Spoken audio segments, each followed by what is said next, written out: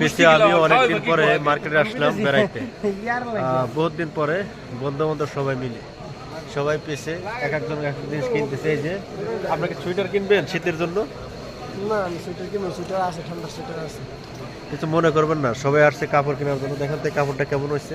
উদয় market কাপড় কিনতে গেছে না না সবই লাগে কিনা লাগবে কিনা কত? এটা টাইট ডু হইনি আমার ভিতরে। এটা বলে টাইট। আর একটা জিনিস, মার্কেটে কাপড় কিনলে অবশ্যই চেক করবেন। আমি এই মাত্র ওই পাশে একটা গঞ্জি দেখছি পাশে একটু সিরা। তার কারণ যারাই কাপড় কিনবেন মার্কেটে অবশ্যই চেক করে কিনবেন, না হলে আপনি কিন্তু ধরা খাইতে পারেন। তোমার গিফট করব, যাই হোক, আজ সর্বোচ্চ এটা গিফট করতাম চাই। তারা এইটা তারা গিফট করবো। এটা কি? এই যে তার মাথা টুপি। অবস্থা ভয়াবহ, সবাই আসলে বন্ধু বান্ধব মজা করি। যাই হোক, সবাই ভালো থাকবেন। মার্কেটে যে যান কাপড় চোপড় অবশ্যই চেক করে কিনবেন, না হলে দেখবেন যে এইসব জায়গায় কাপড় চোপড়ে যেসব ছিঁড়া বেশি থাকে, দেখছেন এইসব জায়গায় চেক করে অবশ্যই কাপড়টা কিনবেন। যেখানে যান ধরা খাইন না, তার কারণ টাকার অনেক দাম প্রবাসী করে।